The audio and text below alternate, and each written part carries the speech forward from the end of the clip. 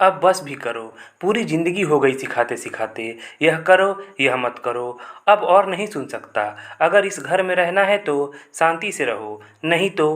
कहते कहते अरुण चुप हो गया। नहीं तो? नहीं तो क्या? बोलो, क्या करोगे? उनका गला गुस्से और दुख के कारण रुंध गया। नहीं तो आपको यह घर छोड़कर वृद्ध आश्रम जाना पड़ेगा। वो फटी आंखों से उसे देख रही थी। न उनके मुंह से आवाज़ निकल पा रही थी, न उनकी आंखों से आंसू बंद हो रहे थे। बेटा जा चुका था। कुछ देर बाद वो उठी, अपनी साड़ी के पल्लू से आंखें पोंछीं और कमरे में आ अपने बिस्तर पर बैठ गई। आंखें बंद की तो अब तक का जिया पूरा जीवन चक्र घूम गया स्मृति पटल पर। उन्होंने आंखें खोली, जाने कैसे कहाँ से उनमें चमक आ गई थी। वापस ड्राइंग रूम में आ उन्होंने किसी को फ़ोन करके बुलाया।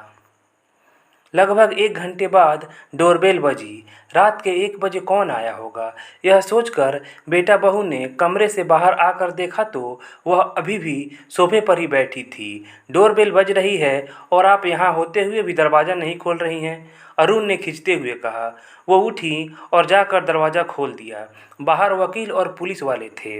इन लोगों को इतनी रात देख अरुण कुछ पूछता उसके पहले ही उसकी माँ ने सबको अंदर बुला लिया।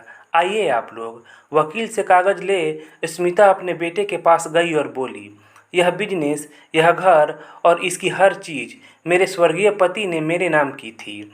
आज तक तुम मेरे बेटे होने के नाते इस सब का उपयोग कर रहे थे, लेकिन अभी कुछ देर पहले जो कुछ भी हुआ उसके बाद मैंने यह फैसला लिया है कि हम में से जिसको भी यहाँ से जाना पड़े उसके पहले थोड़ा हिसाब किताब कर लिया जाए।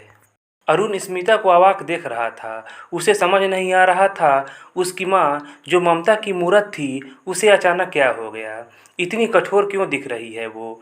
उसने स्मिता से पूछा, लेकिन माँ मैं ये सब छोड़कर क्यों जाऊँगा? इतने सालों तक घर, बिजनेस, सारी जिम्मेदारियाँ संभाली हैं मैंने। आपकी सेवा का यह फल मिलेगा मुझे? अरुण की बात सुन के स्मिता मुस्कुरा कर बोली, मैंने भी पहले 9 महीने तुम्हारी देखभाल अपने गर्भ में की थी। उसके बाद 5 साल की उम्र तक अपने हाथों से खाना खिलाया। जब तुम 16 के थे उस समय तक तुम्हारे कपड़ों से लेकर जूते, पढ़ाई लिखाई सबका ध्यान रखा मैंने। 25 की उम्र हुई तब बहुत अरमानों से तुम्हारी पत्नी बनाकर अंकिता को इस घर में लाई।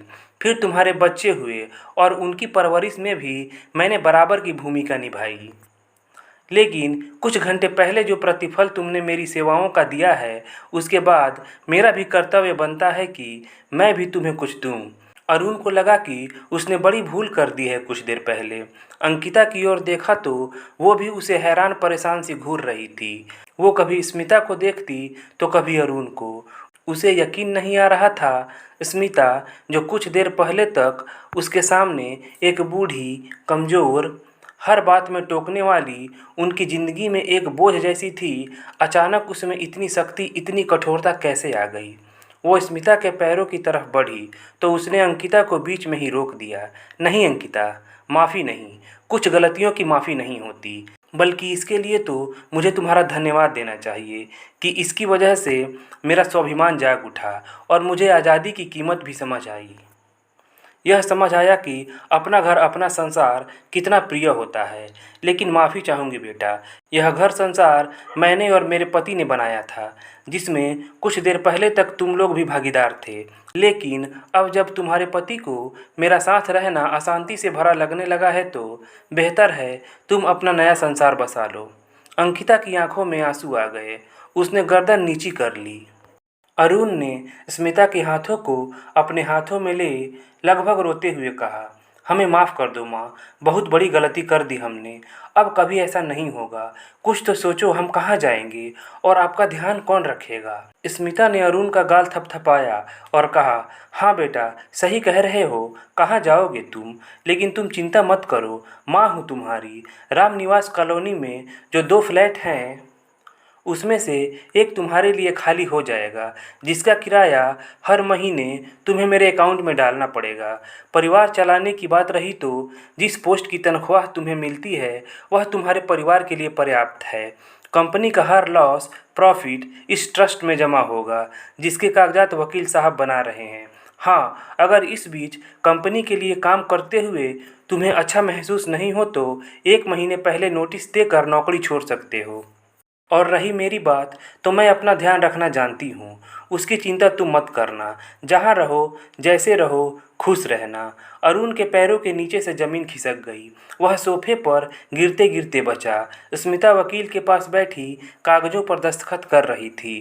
अंकिता अरुण का कंधा पकड़े उसके पास खड़ी आंसू पोंछ रही थी। उसके दोनों बच्चे अपनी दादी के पास बैठे वह कागज़ पढ़ रहे थे जो स्मिता ने बनवाए थे। दस्तखत कर स्मिता ने बच्चों से कहा, जिंदगी में अगर श्रवण ना बन पाए कोई बात नहीं, लेकिन अरुण कभी मत बनना। दोनों बच्चे हंस पड़े और दादी के गले लग गए। 16-17 साल के थे दोनों, समझते थे कि घर में क्या चल रहा था। मिलने आओगे ना मुझसे? स्मिता ने दोनों से पूछा तो दोनों ने साथ में हाँ कहा और अपनी दादी की गोद में सिर रख दिया। दोस्तों, अगर कहानी अच्छी लगे तो प्लीज़ लाइक कीजिएगा। चैनल को सब्सक्राइब नहीं किया है तो चैनल को सब्सक्राइब कर लीजिएगा। चलिए मिलते हैं अगले कहानी वाले वीडियो में। धन्यवाद।